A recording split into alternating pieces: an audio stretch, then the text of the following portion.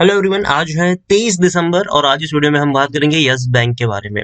देखिए, yes bank का share जो है वो 13 रुपए 65 पैसे के आसपास ट्रेड कर रहा है। आज ना ही कोई तेजी है ना ही कोई गिरावट है, इसी रेंज के आसपास ये आपको घूमता हुआ नजर आ रहा है। पिछले कुछ दिनों में यस बैंक के शेयर में थोड़ा सा ऊपर नीचे जरूर हुआ था, लेकिन मेरे हिसाब से पिछले एक साल से ये एक मुर्दा शेयर है। ना ही कोई बड़ा मूवमेंट आया है तेजी की तरफ और ना ही कोई बड़ा मूवमेंट आया है गिरावट की तरफ, और अगर आया भी था तो भैया एंड ऑफ द डे उसी रेंज के आसपास ये घूम रहा है। वीडियो में हम डिस्कस करेंगे कि क्या मौका बन रहा है बाइंग का, और अगर बन रहा है तो किस प्राइस पे बन रहा है। तो वीडियो को पूरा जरूर देखेगा, और शुरू करूं से पहले अगर आपने अभी तक चैनल को सब्सक्राइब नहीं किया है तो प्लीज अभी इसे सब्सक्राइब कर लीजिए, क्योंकि आगे भी बहुत सारे वीडियोस हैं जो आपको काफी ज्यादा हेल्प करेंगे।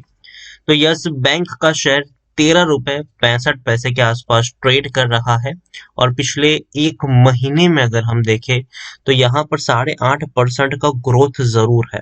लेकिन आप देखेंगे तो 12 रुपए 15 पैसे का शेयर एक तेजी दिखाकर 14.5 के करीब पहुंचा, टूट कर वापस 12.75 पे पहुंचा, वापस तेजी इसने दिखा दी। लेकिन एक साल का अगर हम ग्राफ देखें तो 22% की गिरावट है, और ग्राफ इंटरेस्टिंग है, डाउनवर्ड्स ही है लेकिन तेजी बीच बीच में जरूर दिखाई। और एक स्ट्रॉन्ग सपोर्ट जो है वो 10 रुपए का है। पहला सपोर्ट 12 रुपए का है और दूसरा सपोर्ट 10 रुपए का है, और 10 रुपए का सपोर्ट मेरे हिसाब से टूटना नहीं चाहिए। रीजन ये है कि जब यस बैंक क्राइसिस हुआ था, जब बैंक डूबने की कगार पे था, कई सारे बैंक यहाँ पर सामने आए थे और यस बैंक को बचाया था, लेकिन उन सब ने जो यस बैंक में खरीदारी करी थी वो 10 रुपए पर शेयर के हिसाब से खरीदारी करी थी, और मेरे हिसाब से वो एक स्ट्रॉन्ग सपोर्ट के तौर पर काम करेगा। और 12 रुपए का एक स्ट्रॉन्ग सपोर्ट इसीलिए भी मैं मान के चल रहा हूँ क्योंकि जब बैंक का एफपीओ आया था, जब बैंक ने फंड रेजिंग करी थी, तब 12-13 रुपए की रेंज पे फंड रेजिंग करी थी, 15,000 करोड़ की ये फंड रेजिंग थी, और वहां से भी उछाल हमेशा देखने को मिला है। तो एक 12 रुपए का जो लेवल है वो एक पहला स्ट्रॉन्ग सपोर्ट है, और 10 रुपए का बहुत ही तगड़ा सपोर्ट है, और वो तो टूटना मेरे हिसाब से नामुमकिन लग रहा है हाल फिलहाल की सिचुएशन को देखते हुए। लार्ज कैप शेयर है, 34,526 करोड़ के आसपास का इसका मार्केट कैप है। वॉल्यूम्स बहुत हाई है, 4.5 करोड़ के आसपास के वॉल्यूम से बड़ी क्वांटिटी में शेयर ट्रेड भी हो रहे और होने भी चाहिए, क्योंकि शेयर पहली चीज महंगा नहीं है, मतलब थोड़ा सा महंगा जरूर है लेकिन सस्ता कह सकते हो, पैनी स्टॉक कह सकते हो आप इसको। 10 से 15 रुपए का शेयर भैया महंगा नहीं होता, और ज्यादातर लोग ऐसे शेयर्स खरीदने के लिए लाइन में लगे भी रहते हैं। लेकिन दूसरी ओर अगर हम देखें शेयर होल्डिंग पैटर्न में, तो बड़े बड़े फंड हाउसेस के थ्रू बिकवाली देखने को मिल रही है, हर कोई यहाँ पर बेच रहा है, हर कोई। लेकिन अगर देखा जाए तो यस बैंक का जो बैकबोन है वो बैंक्स है। बैंक्स ने बड़ी खरीदारी करी, जिसमें state bank of India leader है, 30% की होल्डिंग सिर्फ और सिर्फ स्टेट बैंक ऑफ इंडिया यहाँ पर लेकर बैठे हुए हैं। यस बैंक को लेकर देखें तो टेक्निकल रेटिंग सॉरी अभी अगर हम देखें तो according to Moneycontrol user सिर्फ 7% लोग ही है जो बेचने की बात कर रहे, वरना हर कोई खरीदारी की, और खरीदारी करी है तो बने रहने की ही सलाह यहाँ पर देते हुए नजर आ रहे हैं। यस बैंक के रिजल्ट्स धीरे धीरे इम्प्रूव हो सकते हैं। अब तक बैंक लॉसेस में थे, 2 साल बहुत ही खराब रहे, लेकिन इस साल के जो दोनों क्वार्टर्स है उसमें बैंक ने तकरीबन कुल मिलाकर 400 करोड़ से भी ज्यादा का प्रॉफिट कमाया है। तो अगर इसी रफ्तार से बढ़ते रहे तो 800 करोड़ तक के प्रॉफिट हमें देखने को मिल सकते हैं, जो कि अगेन एक अच्छी शुरुआत हो सकती है इस बैंक के लिए। यस बैंक में जब क्राइसिस आया था तब बड़े बैंकों ने यहाँ पर खरीदारी करी थी, 10 रुपए के भाव पर शेयर्स खरीदे थे, और तकरीबन 10,000 करोड़ की फंड रेजिंग हुई थी। फिर एफपीओ के जरिए अगेन एक फंड रेजिंग हुई, और वो तकरीबन हुई 15,000 करोड़ की। लेकिन अब बैंक एक और फंड रेजिंग करने की कोशिश कर रहा है, और वो है 10,000 करोड़ रुपए। और ये जो फंड रेज किया जाएगा अब वो होगा funds through issue of equity shares और डिपॉजिटरी रिसिप्ट और debt instruments like convertible bond, debenture और वारंट्स अप टू 10,000 करोड़। तो देखिए अभी अप्रूवल मिला है, ठीक है, कि अच्छा भैया चलो कर लो बैंक, मतलब डायरेक्टर्स की तरफ से, बोर्ड ऑफ डायरेक्टर्स की तरफ से अप्रूवल मिल चुका है कि अच्छा फंड रेजिंग हम लोग करेंगे, लेकिन किस तरीके से करेंगे वो अब नेक्स्ट स्टेप होगा। यहाँ पर अगर हम बात करें तो fund raising will be subject to approvals from shareholders and regulators. The bank will seek approval from its shareholders to extend the current shareholder approval, जो तकरीबन 28 फरवरी तक का देखने को मिल सकता है। तो अगेन इससे पहले भी बैंक 15,000 करोड़ रुपए रेज कर चुका है, उससे पहले 10,000 करोड़ रुपए रेज किए थे, अब अगेन 10,000 करोड़ की रेजिंग करने का प्लान है।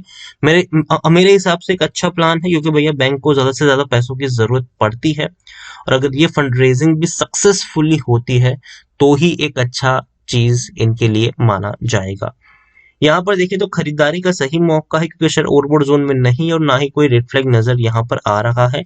दूसरी ओर देखो, यस बैंक को लेकर मैं ये नहीं कहूंगा कि जाके खरीद लो, नहीं, मैं ये कहूंगा कि हमेशा मौका मिलेगा बाइंग का। पहला मौका 12 रुपए का होगा, जहां पर आपको डेफिनेटली खरीदारी करनी चाहिए, और 10 रुपए का जो रेंज होगा उसको तो भैया छोड़ना नहीं चाहिए कभी भी, जब भी अगर वो उस लेवल के आसपास घूमता हो नजर आ जाए। और यस बैंक अगेन मैं कह रहा हूँ एक मुर्दा शेयर है, ठीक है, इसमें जान भैया धीरे धीरे धीरे धीरे लौटेगी। शुरुआत कैसी होगी कि देखो, बैंक सबसे पहले अपने फिनेंशियल्स को अच्छे से दिखाने की कोशिश करेगा, जैसे कि पिछले 2 क्वार्टर में बैंक ने अच्छा परफॉर्मेंस दिखाया है। धीरे धीरे बैंक पॉजिटिव में आएगा, धीरे धीरे जो एनपीएस है, क्योंकि सबसे बड़ी जो दिक्कत है इस बैंक की वो एनपीएस की है।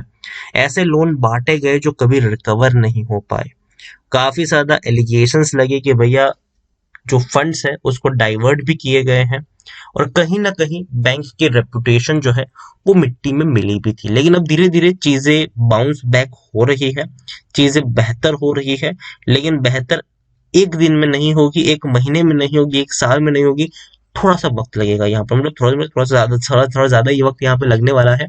लेकिन हाँ, पोटेंशियल जरूर है इसमें कि यहाँ से ये पहले 14-15 की रेंज में जाएगा, फिर एक लंबे इंतजार के बाद 20 रुपए की रेंज में भटकता हुआ नजर आ सकता है। लंबा मतलब सालों का इंतजार अगर मैं कह रहा हूँ, लेकिन उससे पहले हो सकता है कि शेयर 11-12 रुपए का भी मुंह देख ले। और दूसरी चीज डिपेंड करेगी कि जो बैंक फंड रेजिंग कर रही है 10,000 करोड़ की, वो किस तरीके से करेगी। अगर शेयर को इश्यू करेंगी तो डेफिनेटली सस्ते के दाम पर, जैसे कि एफपीओ जब इन्होंने लॉन्च किया था तब 12 और 13 रुपए का शेयर ऑफर किया गया था, लेकिन मुझे नहीं लगता कि एफपीओ के जरिए बैंक फंड रेज करने की कोशिश करेगी, क्योंकि बहुत ही सस्ते कीमत पर तो शेयर ऑफर नहीं करेगी ये।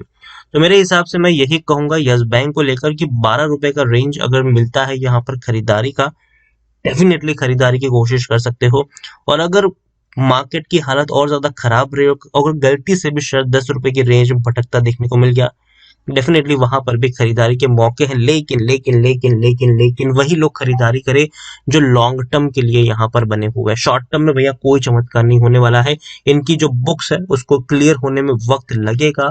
बीच बीच में आपको ऐसी खबरें भी देखने को मिलेगी कि भैया इस बड़े उद्योगपति ने इस बैंक में, मतलब यस बैंक को पैसा नहीं चुका, डिफॉल्ट किया, क्योंकि पुराने लोन्स है।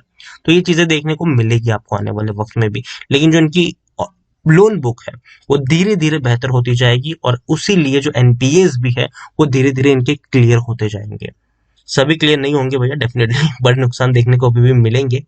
लेकिन यस बैंक को लेकर एक ही चीज कहूंगा, पेशेंस है तो ही खरीदारी करो, वरना मत करो। वीडियो को यहीं पे एंड करूंगा, पसंद आया हो तो लाइक करो, शेयर करो, चैनल पर अगर पहली बार आए तो प्लीज सब्सक्राइब करें, और यस बैंक के बारे में आप क्या सोचते हैं वो भी आप मुझे कमेंट में लिखकर बता सकते हैं। Thank you.